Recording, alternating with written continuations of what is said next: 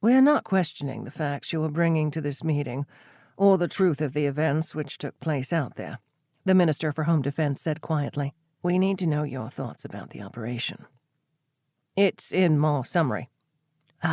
But we would like to hear what you have to say. Unofficially, of course." Rocha looked across at the bland expression on Robert McLeod's face. Seems McLeod had told his boss about the young woman's methods, but Rocha was still reluctant to speak. "I believe there is a film of what happened at the mine," McLeod said, as he looked across at Rocha, nodding encouragement. "Robert, you know almost as much as I do about this affair," Rocha complained weakly.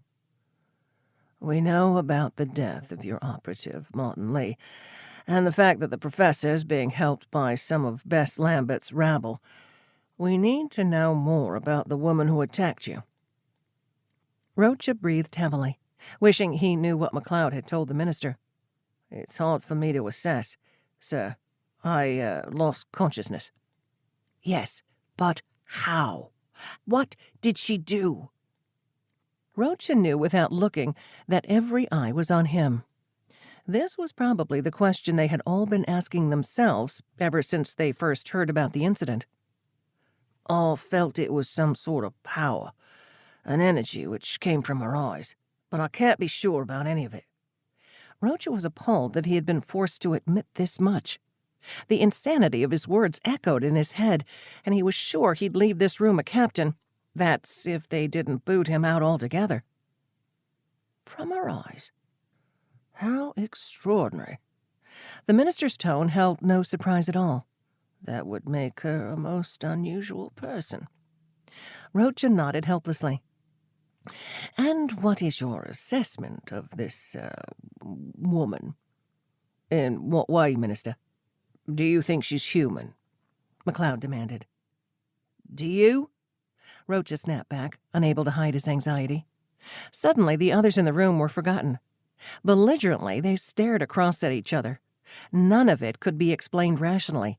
Yet, they had shared the experience. The impossible had happened. "She said she was a princess, that she ruled a kingdom." Rocha shook his head slowly. "I know. It's crazy stuff, all right. So, what do you make of it, Marcus?" The minister was watching Rocha closely. "I'm not sure, sir, but I do feel we need to take the encounter seriously." "Believe me, we are," McLeod said harshly. "The fact that she has kidnapped the professor is very serious. He has information that is on the secrets list, so she must be found." The minister's stare was severe. "And I believe we might face another problem. What she did at the mine, who she claims to be, well, it seems to be recorded on film," Rocha said hesitantly. "And it might show us in a very bad light, Minister." "I agree." McLeod sounded very uneasy. "It would look bad, seeing us like that. Out of context, of course." He paused and shook his head violently. "But it wouldn't look good if that film was ever seen." "Exactly." "So, gentlemen, we seem to be facing some type of unknown crisis." One of the strangers spoke for the first time, and Rocha heard a droll British accent. "It would appear we have many dilemmas here. The film, the strange woman, her unnatural powers, the kidnapping of the professor, and the loss of important research material. All of this must be brought under control quickly, before we have a major crisis on our hands."